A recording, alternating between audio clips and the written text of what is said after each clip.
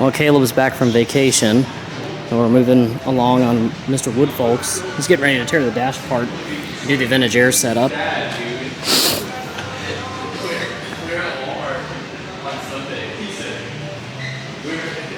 I'm going to give a little update on Mr. Woodfolk's car. I've got most everything together under here, except for the intake manifold, which I have powder coated. I'll show that in a second. We got a new battery in there. Got the wiring done, all the power for the vintage air and the Megasquirt. Got the fuse box mounted. This is our updated location. I don't know if we put out a video on that or not. Everything looks nice and clean down there. On this side of the car, I powder coated the intake manifold texture black, so that's all going to be texture black, and then the ITBs themselves will be still aluminum color. He wants to match the body color for the valve cover, so I'm going to do that orange. I'm thinking do the fuel rail orange too, give it some kind of contrast back and forth. That's my thought process. But the interiors, oh, I forgot to show air conditioner stuff. This is our vintage air kit once again. So dryer compressor that we put in. I think that's just the Z-Car Depot bracket. But yeah, I mean everything's hooked up. I do pull the hood off to install a condenser. I mean, I'm sure you can see why I take the hood off, but it's not that bad. You just take the hood off, mount the condenser with the brackets provided. You have to cut and modify them, but I mean, they give you the stuff to do it. So, finished up with that. Moving inside, I got a little bit fancy. Usually, we don't mount the ECU right there, but I mounted the ECU on the firewall because there was enough room with the vintage air installed.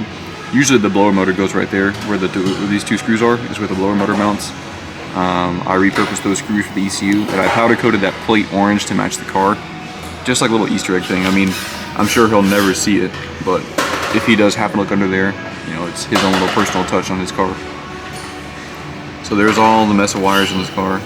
I added probably half the wires, or I doubled the wiring in this car, more than likely, but this is also my first time seeing the new slimline, streamline, whatever panel in a 280Z, and it's much better. Because on the other one, it takes up like all this space, and it's kind of ass because you can't see anything half the time. But this one's nice and slim, looks pretty. I like it a lot. So I hope the 280Z guys start moving that way, because the other one sucks. Bo has the illusion of working. Fuel tank is still out of it, waiting on that to come in, but put the center console in soon. Let's go see the intake manifold real quick. That's how she looks. Chris is raging. So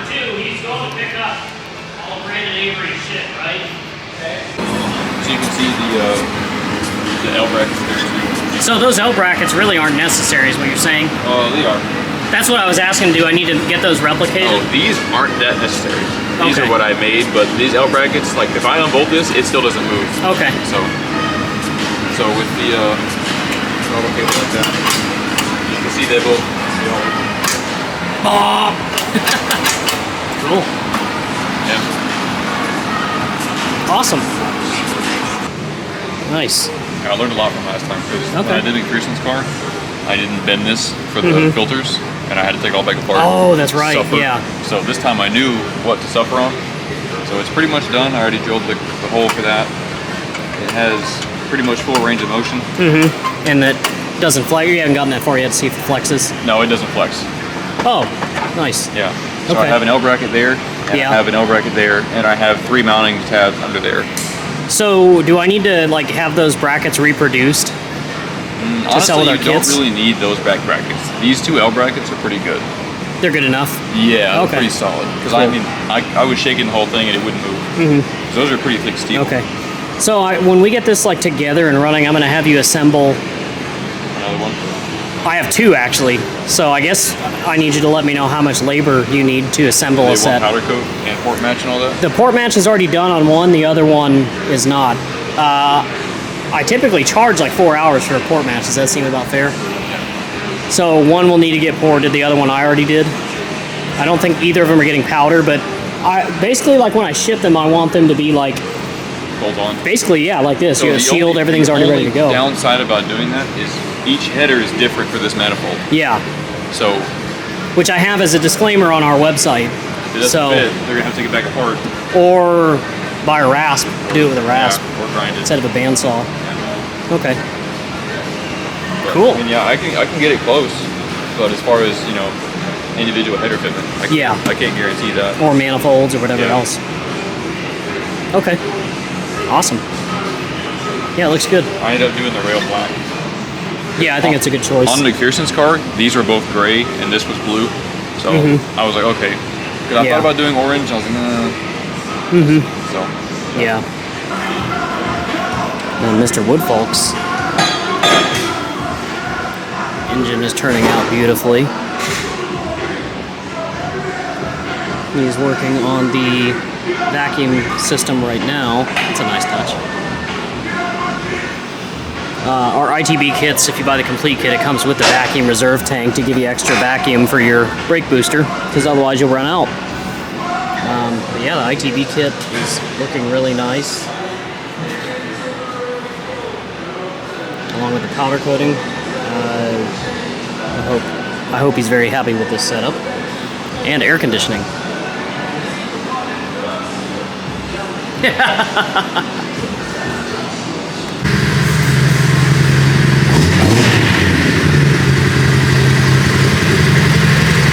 If you're trying to fight the idle speed, something I want to show you here.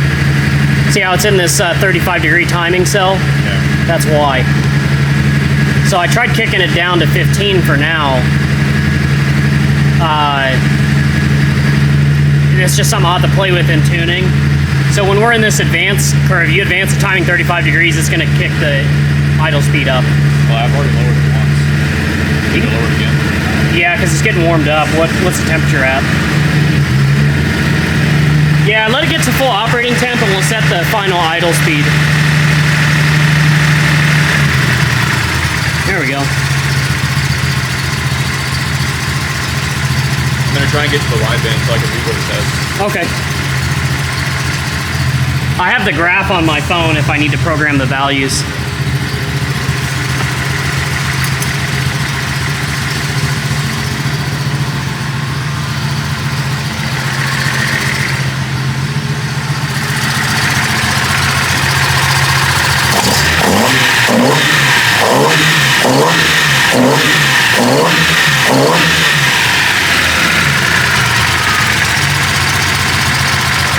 Sounds good. Can you tell me what it's reading on the computer? Yep.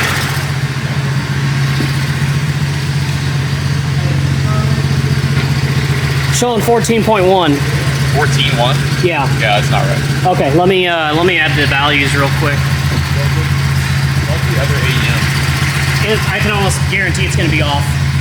The last several AEMs I've installed have been that way, where I've had to manually program the voltage values. I don't know what changed. Yeah, it smells like it's at 12.2.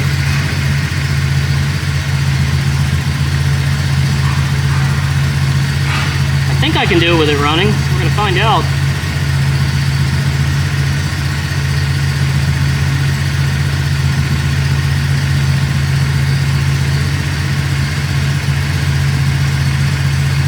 The temp at? 152.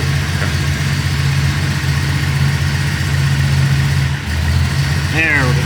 Yeah, now it's reading where it's supposed to. 12.6, 12.7.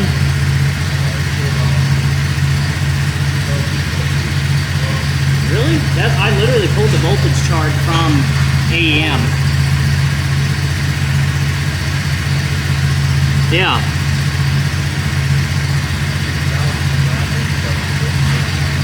We're only half off. That's still pretty close.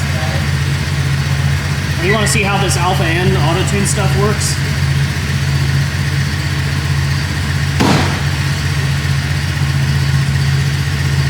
So instead of vacuum, it's TPS percentage. It's throttle, yeah. So you just kind of hold it at each point. Yeah, and even like when you're driving it.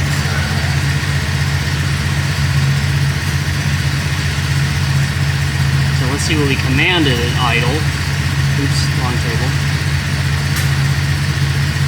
Yeah, so see, like we want 14.7, 15.3 here. So if it's in that threshold, Oops. Will it just alternate between the two, or does it average Mm-hmm. it out? Yeah, it averages it out. It'll.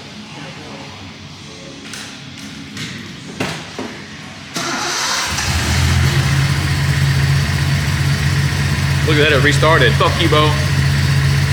It started again.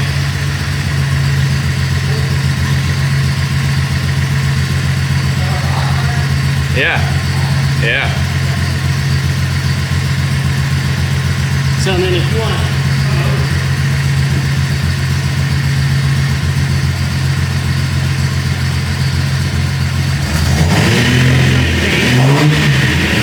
It's already going to start changing.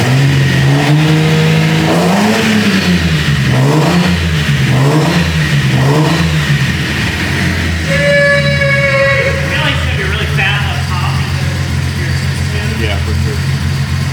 Good. It at least will get us going.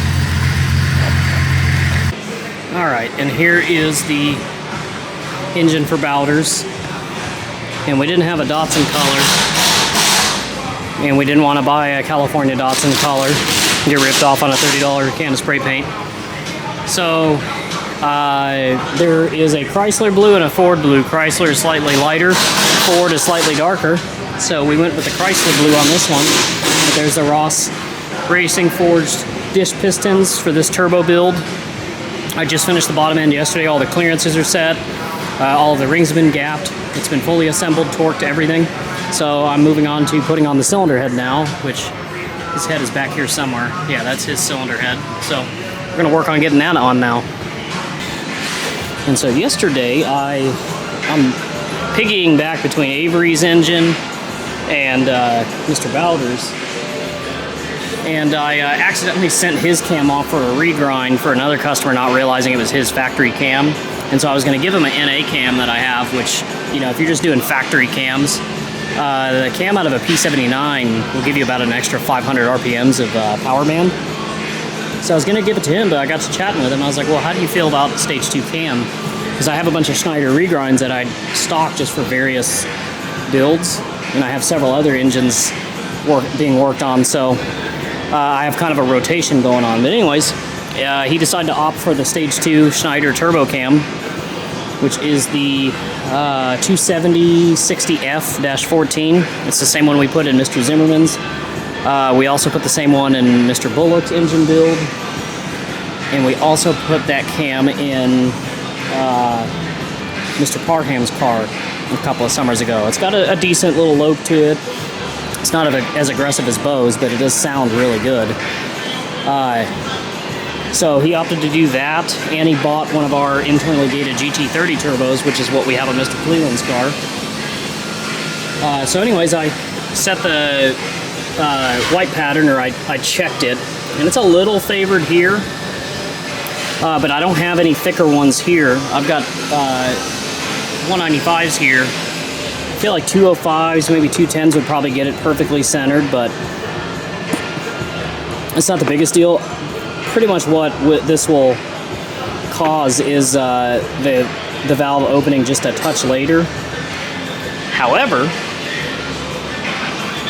we have an adjustable gear, so I can account for that by dialing in the cam, and I can advance or retard as needed to get this to open exactly when it's supposed to. So that's a little mini overview on camshaft timing, lash, light pattern, and valve train geometry.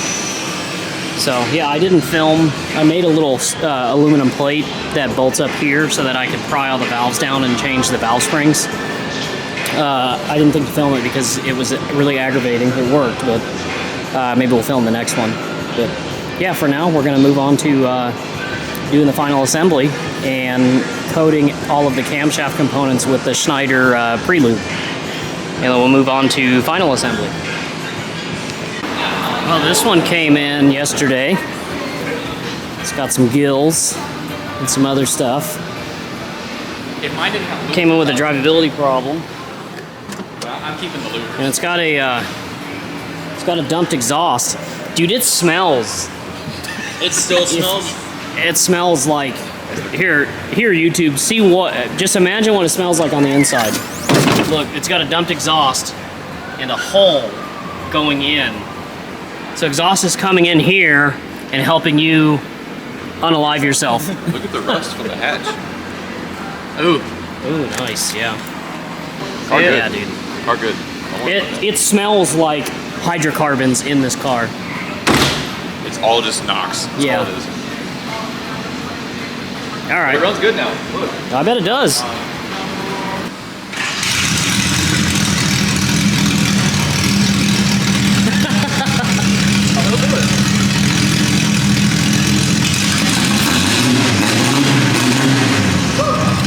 Still a little fat, but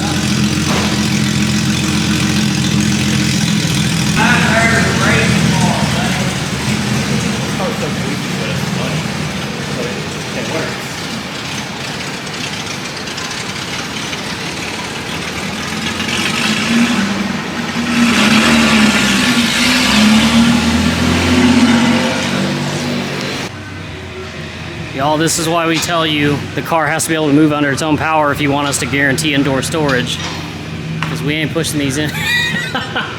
We ain't pushing these in every night. Dude, I got that on film. Oh yeah, you did. You're good. Keep going. Stop. Alright. You're good. You got like 4 inches. Alright. Alright, so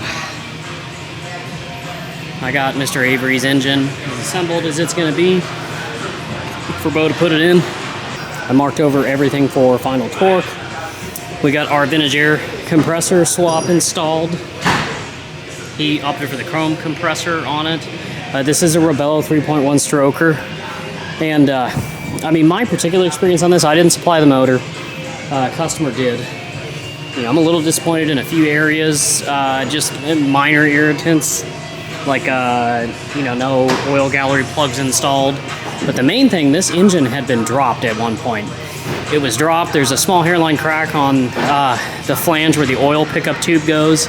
The dipstick tube is bent, and this thing was really like, it had a lot of surface rust from, I'm assuming, sitting out in, you know, coastal area, maybe behind their shop or something.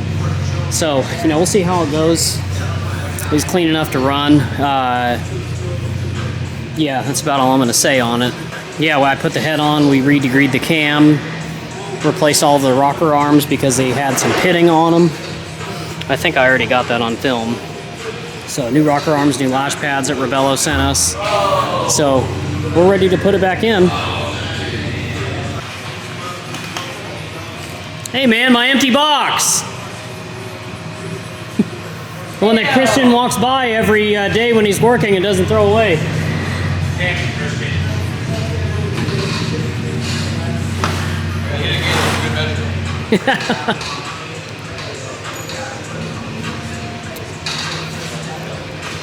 I think we should really buy a four-wheeler. What? A four-wheeler for this. Chris, clean up all that. Yeah. Business expense, right? Yeah. Yeah, there you go. Get the same one that Justin has.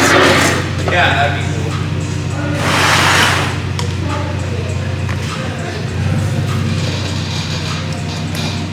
All right.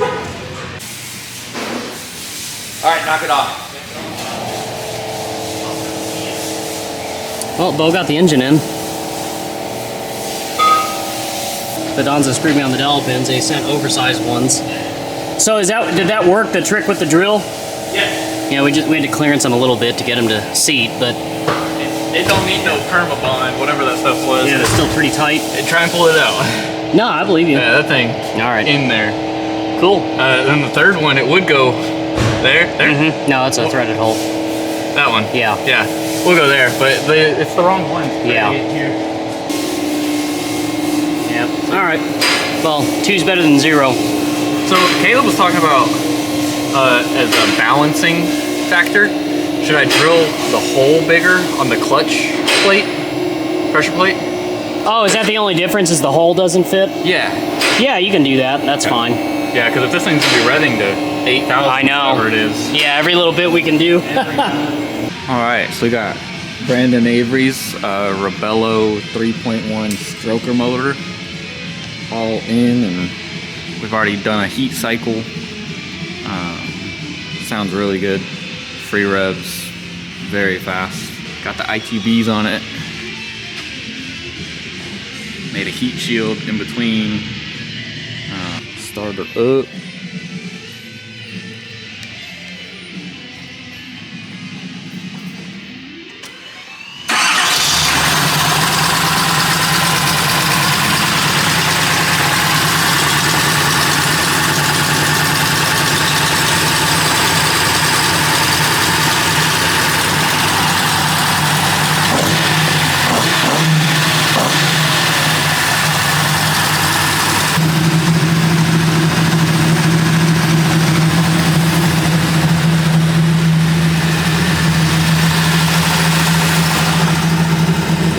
Everything's working. Makes great oil pressure. I don't know how to make the camera focus. No.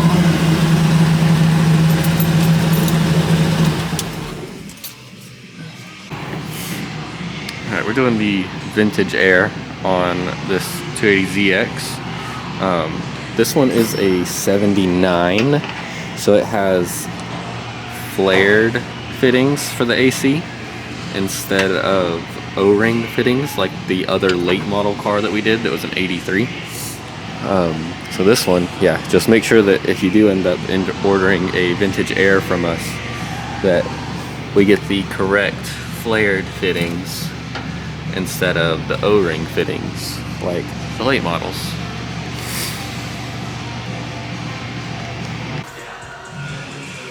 Mr. Avery's has been running. We've been tuning it and playing around with the ADU keeps dropping out, so we gotta call the ECU masters and find out what's going on with, maybe they can help us. There's the vintage air compressor with our conversion brackets. So these are available for 75 to 83 factory AC systems to work with the factory aluminum or the cast iron bracket on the 280s. It's just going to be a difference in what belt you get with your kit.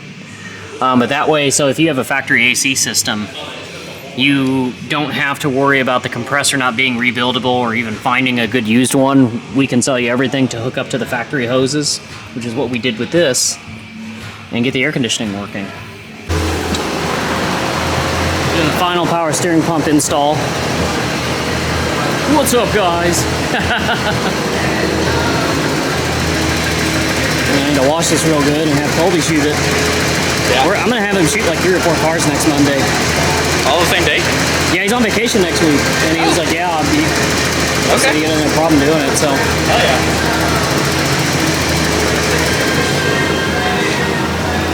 So we finally got all the correct Apex parts. It's been aligned by BSP. Air conditioning works, right? This thing's cold. Blows ice cold, blows hot heat. Yeah. You did check the heat, right? I didn't check the heat. All right. It's hooked up.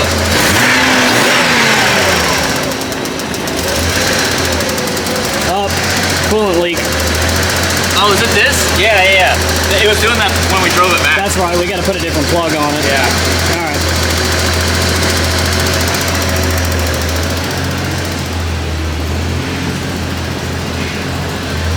And then the shift knob, and I think that's really it, right? I can't do the shift knob right now with my blister. Oh. It hurts. Did you thread it at least? Yes. Okay. I mean, I can thread it on. It literally ripped as I put Zimmerman on. Nice.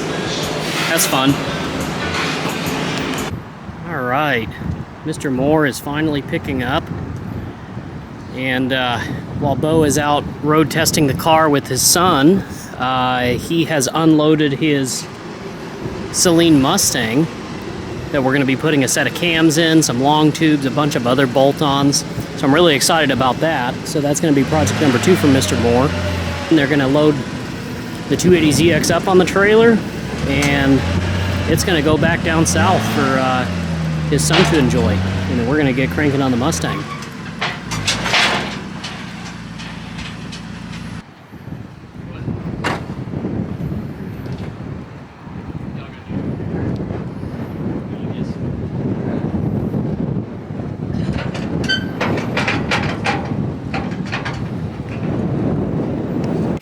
Alright, we got Pina number 2. Yeah, at least this one wasn't painted Yeah, that's what we told beforehand. him Yeah. Well, actually, I think I had that discussion with him. Because he asked, would we prefer it painted first? I'm like, no. too. Tell him to paint the engine bay. I would do the bay. Well, he probably... So, we had talked about, like, getting it mechanically, like, let's make sure everything, like, kind of works, get it debugged, and then strip everything for paint. I was like, so that way we're not having to, like, fabricate stuff around painted panels, drill holes. Yeah. So, that's what I advised him. So we'll see. I mean, we're more than likely gonna see this car in multiple stages. Yeah. So if he wants a Megasquirt, I need to drill a hole down there. Mm-hmm. Yeah. So this is not a late 73, or it's 240Z for sure because these aren't nippled, or they're not drilled out. On Woodfolk, It's a 71 or 72. on It's at Wood- 71. On Okay. Woodfolk 74, those were already drilled out, and there was a block off, like Oh, rubber nice. grommet there. Okay. So 260Zs were already done, but Yeah. 240s aren't. This is a 71, is what he said. But it's not a Okay. series one. Yeah. Cool. Well, we're getting ready to quote this thing for some exhaust fab. Hey, I wonder if this guy's gonna be able to figure out where he's supposed to go. No shit. Right? Dude, this XL parts driver. To be fair, the the door's worst. not open. Okay. Well, yeah. This XL parts driver is the worst. Like, literally, brain is stuck on read only. All right. So, Mr. Chatman, we ran into his parents at M&O Station Grill. And he saw Bonnets, right? Yeah. Bonnets 240Z, and we got to chatting with him. Yeah. So, see? Told you. Put stuff where it don't belong. I'm not even gonna... We're just gonna let him figure it out. All right, so we're quoting an exhaust. What else are we quoting? Bo, do you remember? Trans tunnel. Trans tunnel, some other stuff. Well, hell, let's get it up in the air.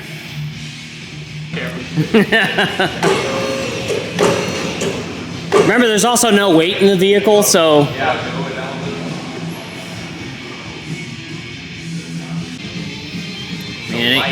It ain't stupid if it works. That's what it was like when I picked this thing up off the trailer.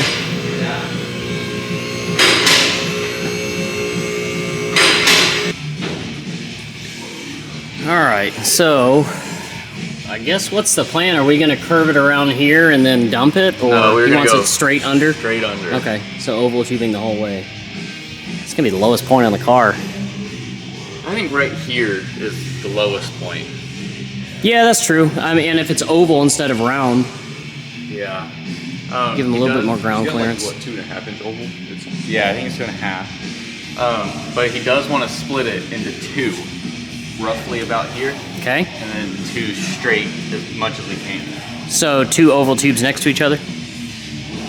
Yes, but he also wanted a V-band, like it's somewhere in here so that he can change out the tip. Okay. This is definitely just round tubing and smashed. Yeah, And it's just a galvanized fence post. it is. Well, it's not fence post. It's just steel tubing. But we use vibrant tubing because, like, if we have to order more, like. But actually, I don't think Vibrant makes 2.5. We'd have to order CX Racing 2.5 stainless. That's what we used on that SR20 truck. Yeah. It's not bad. That, or I could look up that brand and just see if we can get it. Yeah. Probably eBay or something. Oh yeah, you need all that. Hey, check out this cross member. That's actually not a bad idea. Hey, if it works. Yeah. Did he provide a cross member at all? Yes. Okay, it just doesn't line up because the floors are not. Okay. Yeah, so we're probably gonna have to like bandsaw it and shorten it, right? Probably. Depending on how bad it is, I guess. Yeah. He brought a T3 one and a stock one. Uh huh. Oh, yeah, he said this didn't fit very well. There's a spacer in here. So, yeah. Okay. It probably didn't fit because these aren't tight. And he said something about a strip bolt. Probably this, because it's not in there. Yeah. Junk. No, that's not stripped. Yeah, it's just not bottomed out though. And Bo is doing a sound test on his exhaust he built. It's gonna break. My tacks are like, Oh, really? I'm not gonna do it. Have Ryan yell in it.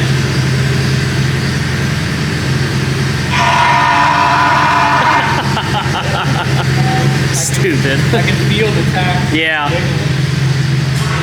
So this customer wanted a center exit in his bumper. Do you have that tailpipe? Yes.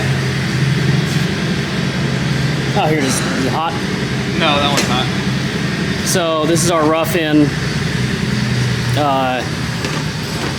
expanding from 3" to 5", and obviously we're going to cut it flush. It's not, yeah, I told, but that's kind of what it's going to look like. Fill in that little hole. I think it's going to look really cool once it's done. And then to hide all the welds, we're going to sand it and then send, oh, hey, so you know this tail section needs a V-band, right? I don't know where we're gonna put it. Maybe right before, because we have to send it to ceramic. And I think I'm gonna try to talk him out of it, but I think he may want us to move the cat. Where? I don't know. We'll see. gonna change, Let's get it built first. Plan on putting a V-band connection possibly right before the Technotoy piece. Okay. Because that way, if he doesn't like this tip, Jackson had talked to him on the phone briefly about possibly making a secondary tail section with dual tips. So if he like wants to change it or whatever, he can change it. Will. So just keep that in mind.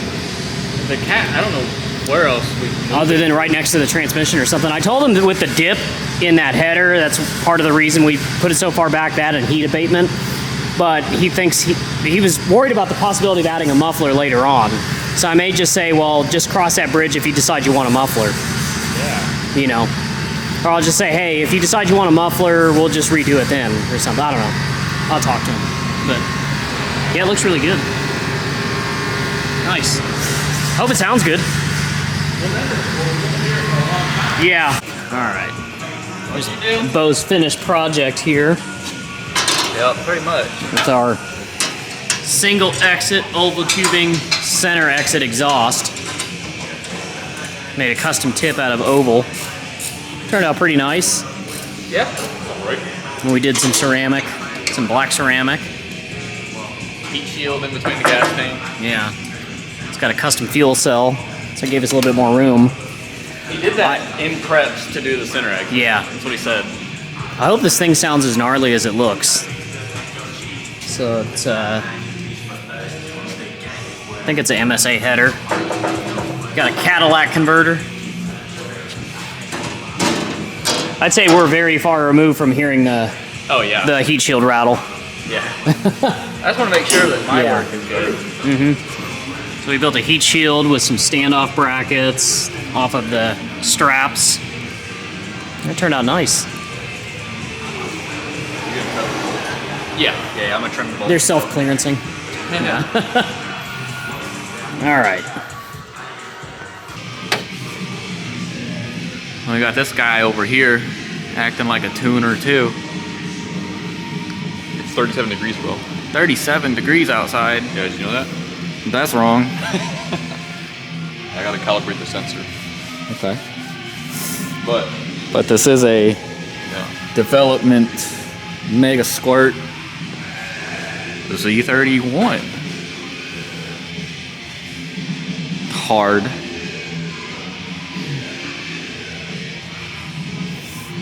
Yep, there is a Megasquirt. You can barely tell, which is what we're going for. Yo, wire tug. Cool. All right. Development Megasquirt 300.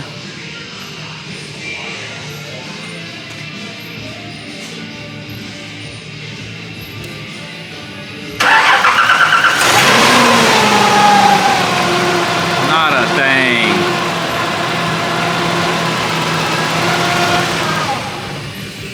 Does work.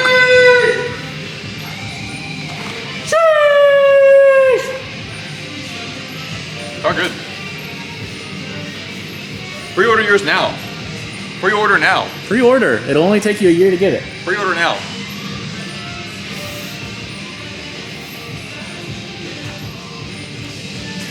Do they get a pre-order bonus?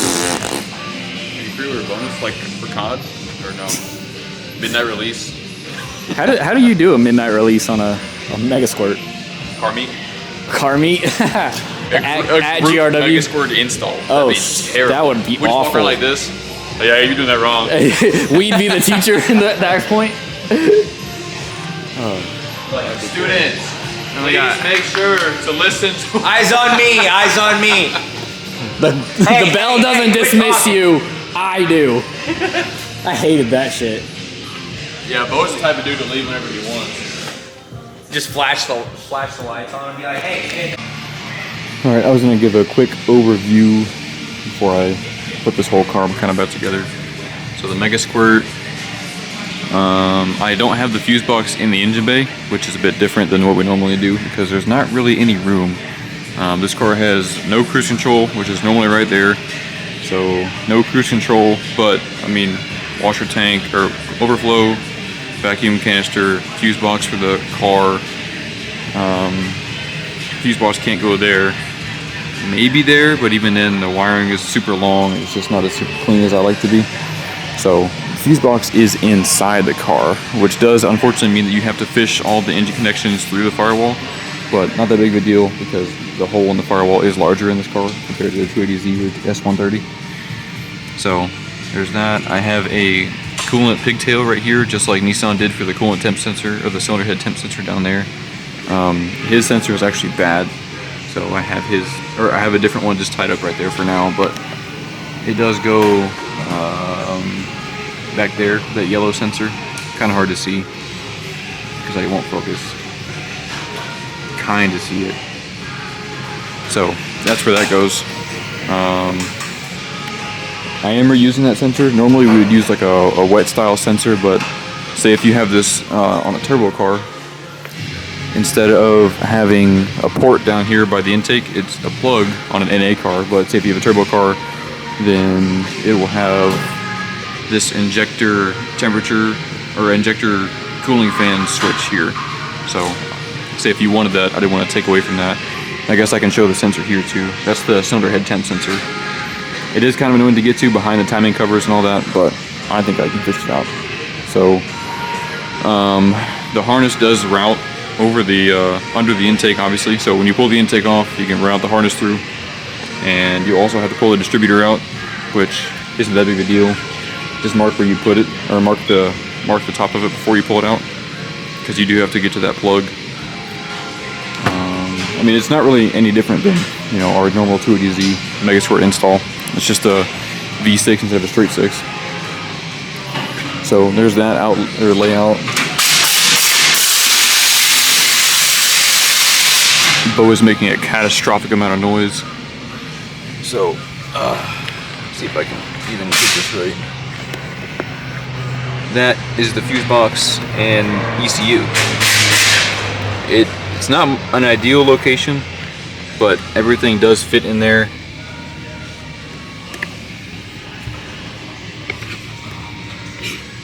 Yeah, it's tight.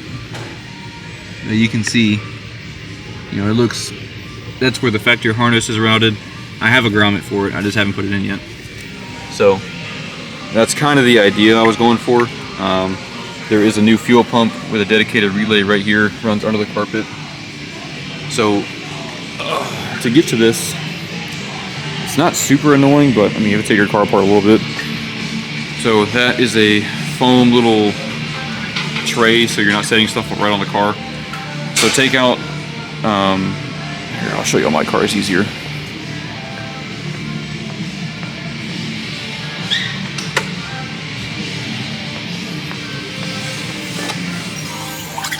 So say if you're starting fresh, you have all your interior in the car. This comes out, so roll this up, and once you flip the cargo mat up, there will be 3 screws, one there, there, and there, and this whole thing will come out of the car, and then you'll be able to remove the foam right there. And then there's a couple screws. I think there's one there, and then down there along that wall. Can go back over here since this one is apart. These covers just pop off. There's two 10 mils right there. So screw, and then a couple more screws down there. I just have the fuel pump wire ran underneath that. It's not super high tucked up, because in order to take this panel out, you have to take out all this, and it's not fun. I've done it before, but I don't want to make the customers do that if they want to put a Megasquirt in their car. So you can see the fuel pump running across here, and then just slightly under there. I have it grounded right here, because you can see there's another factory ground location right there. So that's where it's grounded. It does work. That's pretty much it. I cut the factory plug and spliced ours into it.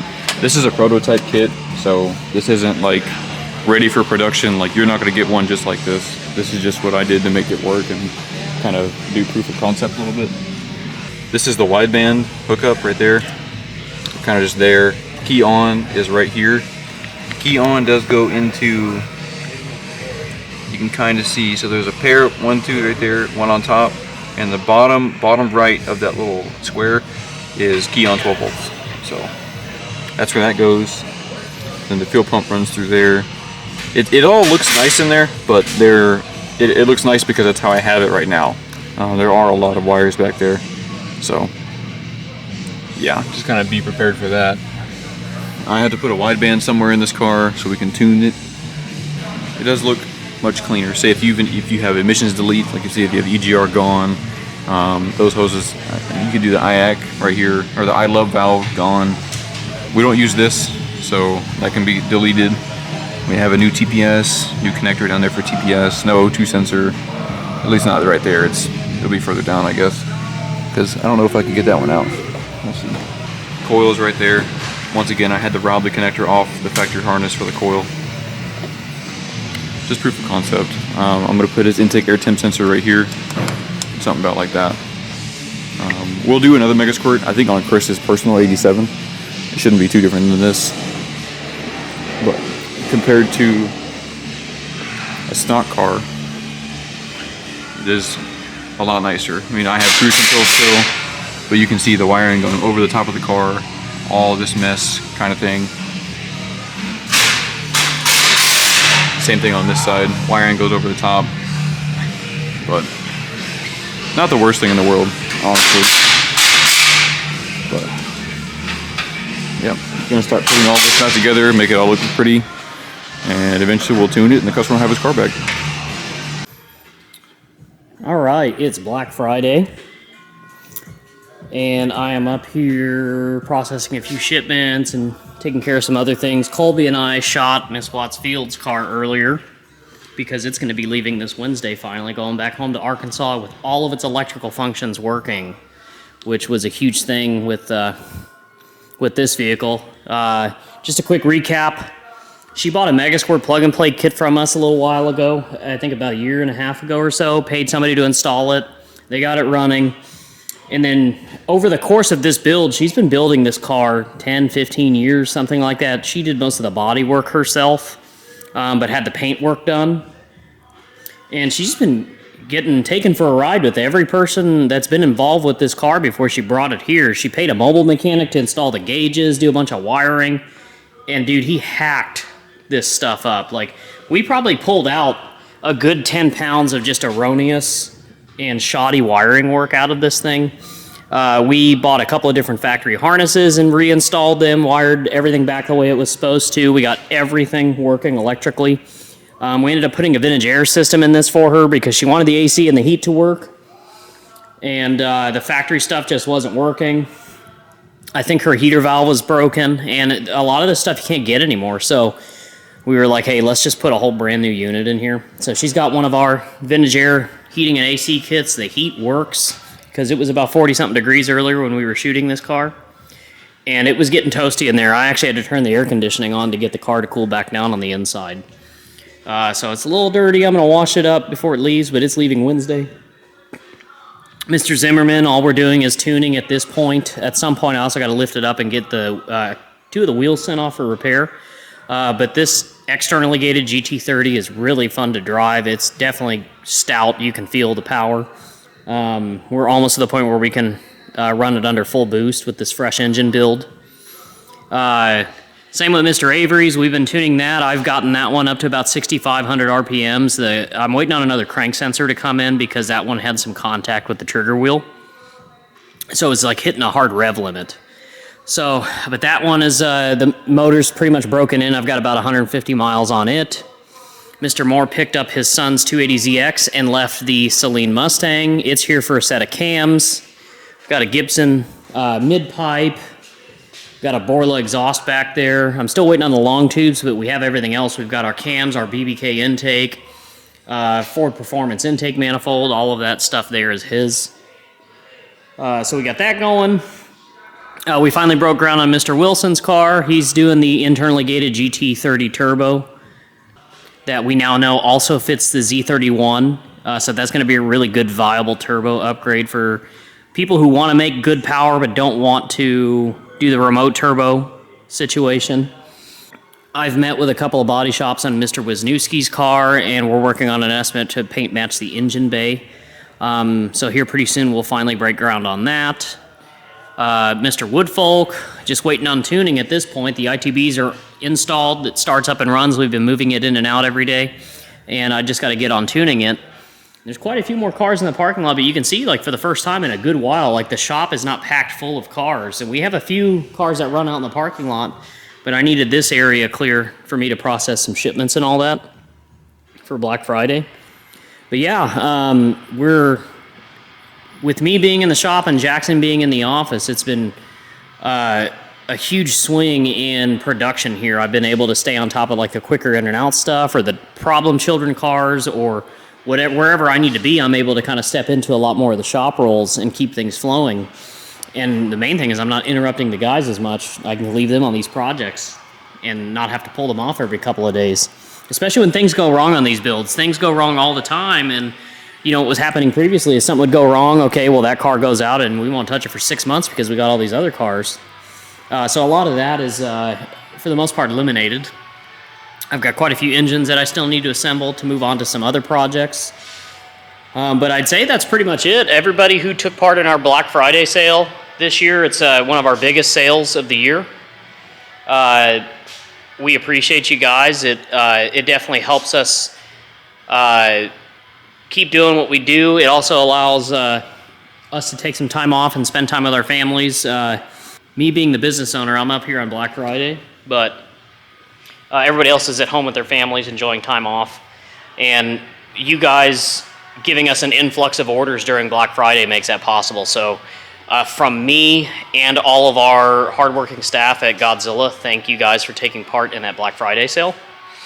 But that's pretty much it for the end of November.